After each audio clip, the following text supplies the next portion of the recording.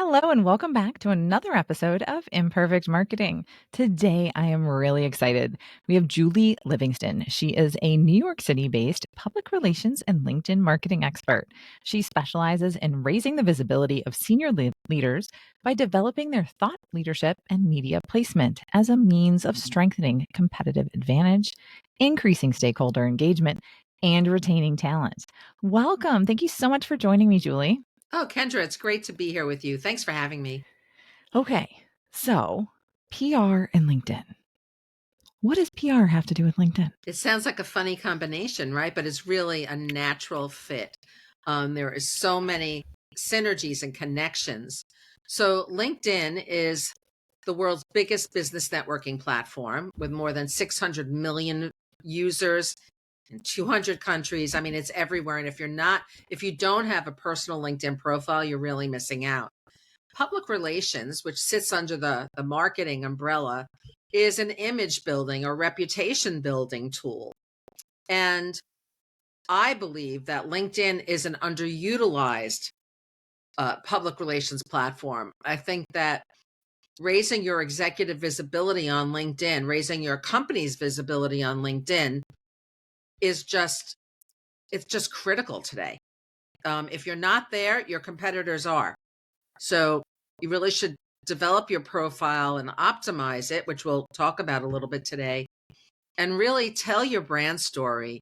And for people, for humans, show your human side on LinkedIn, because people are on LinkedIn to connect with other people because they find them interesting.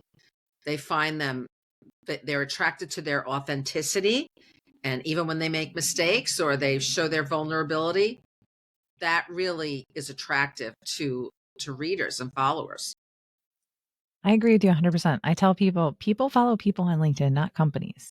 Doesn't mean that they don't look at the company page, You but they should have a follow company people. page. Yeah, you should definitely have a company page, but it's really the interpersonal connection that people are looking to form on the platform. They want to get to know you. I mean, how often do you look at a company's website or a social media profile before you buy their products?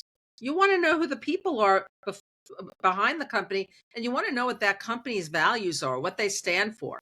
It's the same on LinkedIn. You have such a phenomenal opportunity to leverage the platform to tell your brand story in a lot of different ways that really cement your industry stature and reputation. So, one of the things that you were talking about was being authentic and human. I really liked that a lot. I tell people that all the time. It's okay to be vulnerable. It's okay to not be 100% polished. People want to connect with who you are. So, They do. I tell you a story. I have a client who is a senior leader. She's in the C-suite at a Fortune 500 technology company.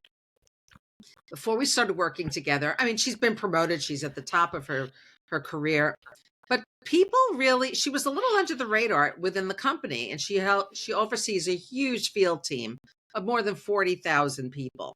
So it's kind of difficult to develop individual relationships with that big of a team. They're spread all over the United States. We started working together, and I started posting. I do her content strategy and her ghostwriting, her content development. I got to know her at first. I learned more about like how she talks, the phrases she uses, so I could really get into her head. So what I write sounds like her. And I started using photos of her kind of in the field because her company has lots of kind of stock photography that I could use. And sometimes I do. I like to change it up, but it's not of her. Well, I cannot tell you how popular the posts are that have her in it doing something. These are not staged they're not professional photographs, I'll say. Sometimes they're a staged group of her with some of the team members. But one of our best performing posts, and we have two versions of it, is of her on her office elliptical machine or bicycle. And it just shows her working out during the workday. And I think we've gotten over 100,000 views on that post. And wow. more than 20 comments, reposts. I mean, there's incredible engagement. And I think that the magic in that post is that you're seeing her in a real situation, that she sweats like the rest of us, that she's a real human who has to work out to get, rid of the stress and complications of her day and to get centered. And that's how she fits it in. That's fantastic. So, you're talking about thought leadership and her content that you're creating. I've heard, and I don't necessarily agree with these other people, but I've heard people saying thought leadership is dead and you can't create new content and there's too much content out there, so it's not breaking through. Talk to me a little bit more about thought leadership, your thoughts on it, and how someone can go ahead and start maybe breaking through a little bit. That's a great question, Kendra. And I work with, as a publicist, I work with my clients all the time to figure out ways for them to stand out in their industry. And one of the primary ways is by making their opinions and their perspectives on key industry issues seen and heard. So I often will develop byline articles for them that where they author a piece that we might place in the media, but we go to LinkedIn to promote that. And the reason why it's such a critical part of any PR strategy is because leaders are kind of the face of their company or their brand today. And as I said before, people are checking out who the people are behind a company or brand before they buy from them or use their services. Um, they want to know what they stand for. And one of the best ways to promote that is through thought leadership by a leader or a manager sharing what they think on certain things that are going on in their business. So I like to develop posts that have my clients' opinions in them. I love to provide tips. Tips are very popular on LinkedIn. They get a lot of reader traction, and I recommend that when you do thought leadership posts, that you make it graphically attractive and appealing. And I sometimes use emojis. I use them selectively as bullet points to kind of guide the eye through. Um, but I think that using posting on LinkedIn to showcase your thought leadership is fantastic. And you can, because it's sort of an owned media platform. I mean, you have jurisdiction over the kinds of content that you put in.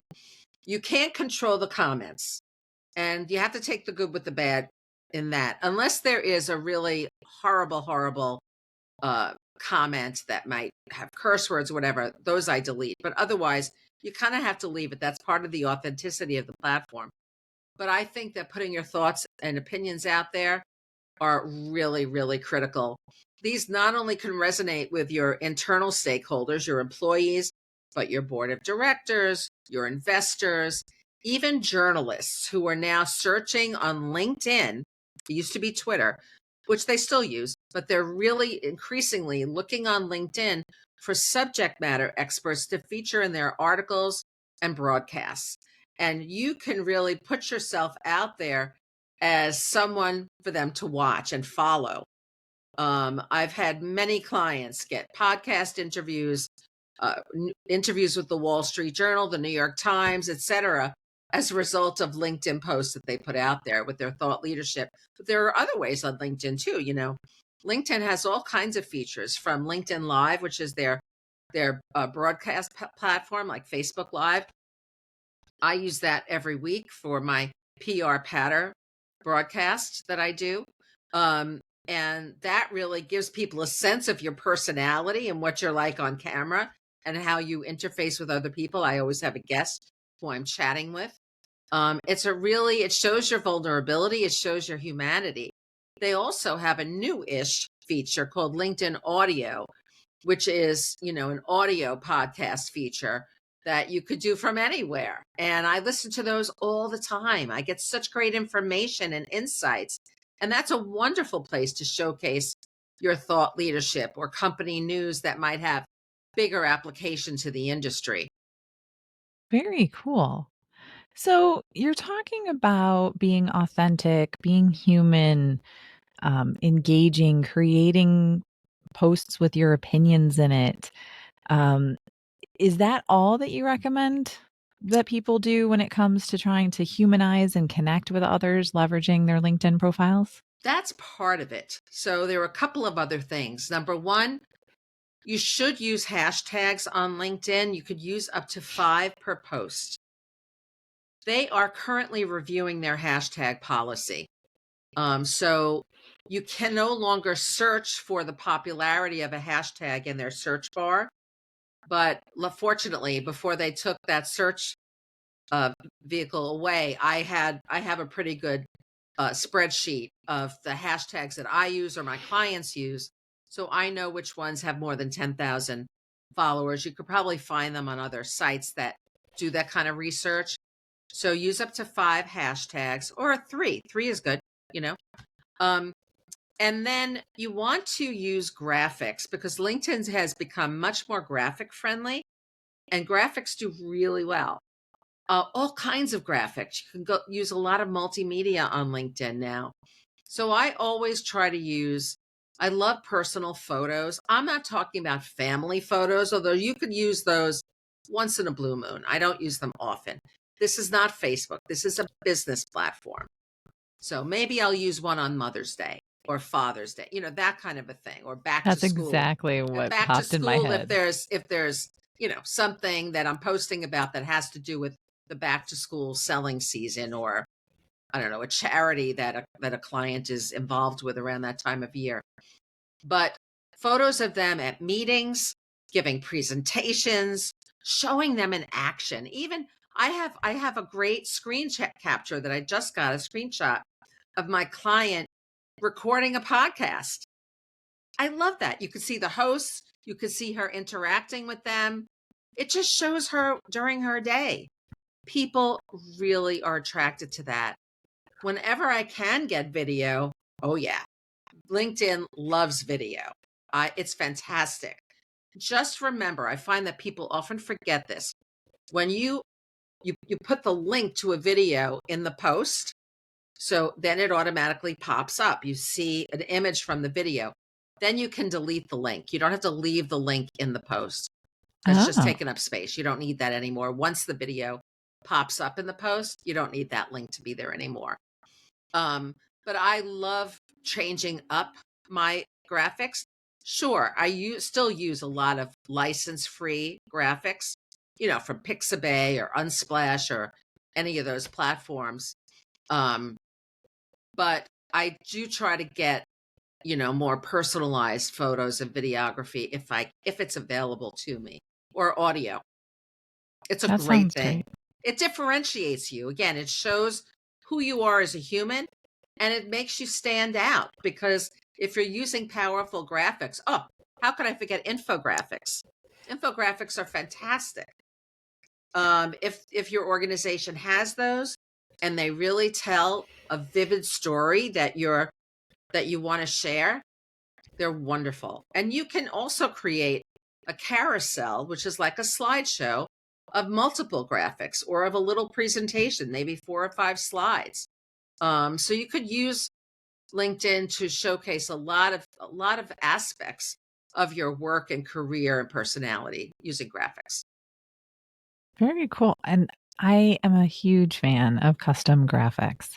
I'm working on a new website for a client, and I'm like, okay, can I work in some budget for a real photo shoot for real photos of Oh, that's real well, that's people? ideal. That's ideal. And certainly everybody's using Canva today to Mhm. customize graphics, and that's a great tool.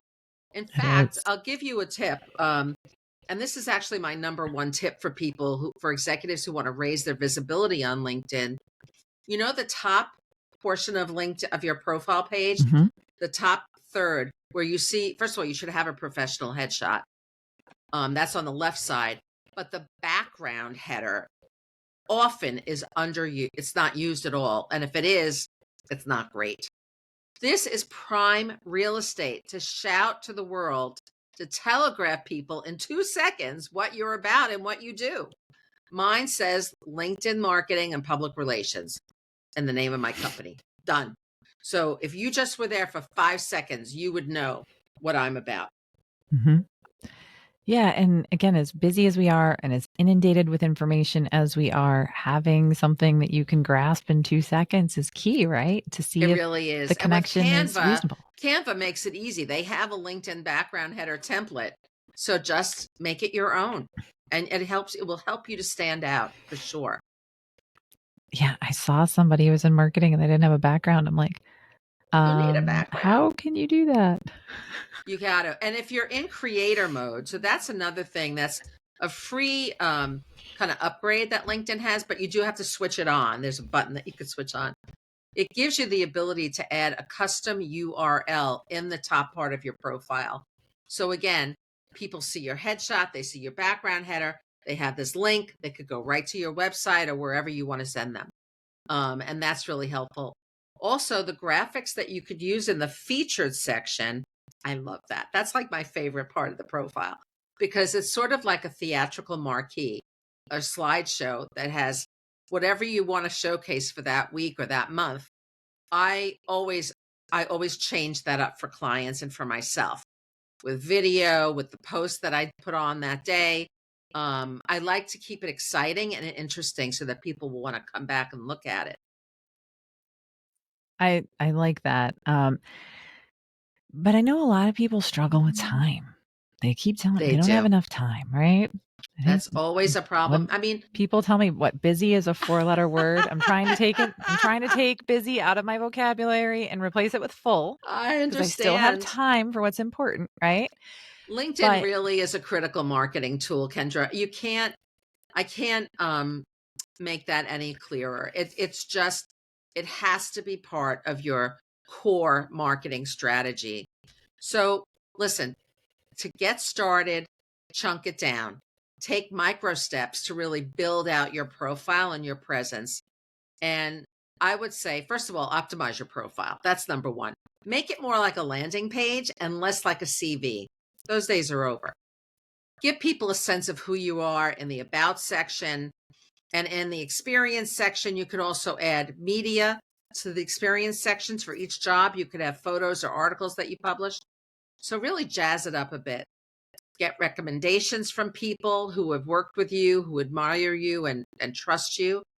And then I would start by posting one day a week, just one day a week, not a big deal. And start by maybe sharing an article that you thought would be of interest to people in your industry with 3 bullet points about why, what the takeaways are. Use hashtags, tag the publication where you got the article, and that's it. And then you could also start commenting on other people's posts because that's another way to increase your visibility. This could be people within your network already or people you'd like to connect with or people you're currently following, even well-known people. I always comment on Adam Grant on his posts. He's the social psychologist. I think he's amazing. No, he doesn't. He's not a first connection to mine. Probably never will be. But I still comment on his posts. And one of the newest features that the platform has are collaborative articles. These are AI generated, and so you will get requests to weigh in. And just it takes 5 or 10 minutes to really just write a 3 sentence answer. And that will also help to raise your visibility. And I think after you contribute to a collaborative article 3 times, you get a badge on your profile, oh, very which is cool. kind of cool. Yeah. Very cool. So I think that there's a lot in there, but I think again, it's a huge tool. I had a guest on my podcast not too long ago who's a marketing strategist, and her only platform is LinkedIn. That's mine too. And I Yeah. don't think there's anything wrong with that. You No. can't manage as a small business owner, solopreneur, you can't manage 20 platforms, you know? Well, it depends And on your internal resources, but first of all, those other platforms may not be pertinent to your business. I mean, I don't think that Instagram is, right for my business. I think people are looking the services I provide on LinkedIn. So I don't really need to be on those other platforms. yeah, and it's definitely about understanding your audience and where you're getting your business from for sure. Yeah. So, one of the things that you mentioned earlier was having a company page, which I agree with 100% because that helps prove that you're real. How can companies take care or take control of their brand narrative, leveraging maybe even the company page or So you should leveraging always have employees? yeah, no, that's a great question. I mean, you should always have a company page. You have to get your employees to like it and follow it. So, because you want to develop a following. Um, but don't expect too much unless your company that you work for is a large organization. You may not get all that much traction on the company page. So keep it fresh. Post company news, updates, any photos of the team. The company page could serve as a talent attraction tool. You know, talent is surfing on LinkedIn to look for companies that share their values. So you can use the company page to do that. Um, and add video, as I said, photographs, infographics, things that make your company really attractive. And you can also do the LinkedIn live broadcast from your company page. That gives people a reason to go there. I have a client for whom I host a LinkedIn live program, and we do it from their company page. Um, Make sure that you explain to all of your team members, your employees, if you're a manager, how important LinkedIn is to the company, to building the brand out in that way, and make sure everybody on the team, no matter what level, has a LinkedIn profile, and have training sessions to explain the basics on how to get started on LinkedIn. You can't expect every employee to be posting on a regular basis, but you can ask them to please, whenever your company posts news, that they like it and comment if they can, and maybe even share it if it warrants that. So you can build company engagement this way. And you can also share the link to your company page in your personal posts. I like that. I like that a lot. I like sharing your values. It's like a second website that a certain target is using. You're absolutely right. It really is. And because people are spending so much time on LinkedIn, finding new business resources, finding new partners, strategic partners, employees, resources, they're hanging out there a lot more than you would think. Yeah, it's pretty amazing how much it's been growing and growing in popularity the last few years, right? So that's been fantastic. I just did a LinkedIn advertising campaign for a client, for an event. It was very successful in driving registration. That's great. It's great. It's just such a powerful tool. I love it. Well, thank you so much, Julie. Thank you so much for all this great information about LinkedIn. I encourage you guys to stop and think about all of the wonderful tips that Julie gave you and see if you can apply that to your LinkedIn profile. Because again, it's a great place to interact and get business from. Before I let you go, Julie, there is a question that I ask all of my guests. And it's really important because this show is called Imperfect Marketing. And we all know that marketing is anything but a perfect science. What has been your biggest marketing lesson learned? Wow, Kendra, that is such an important and kind of a deep question. Um, my most important marketing lesson was to take risks. And I am a very creative professional. That's kind of my secret sauce. Um, and when I was when I held corporate roles, that's always when I excelled, when I could take small risks, calculated risks, well thought out risks, um, to try new things.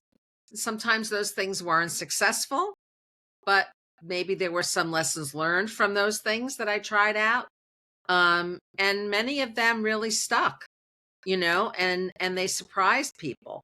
People were not necessarily that supportive when I introduced the idea, but I would keep pushing and pushing, maybe sometimes a little too much, because I am a promoter, right? That's my thing.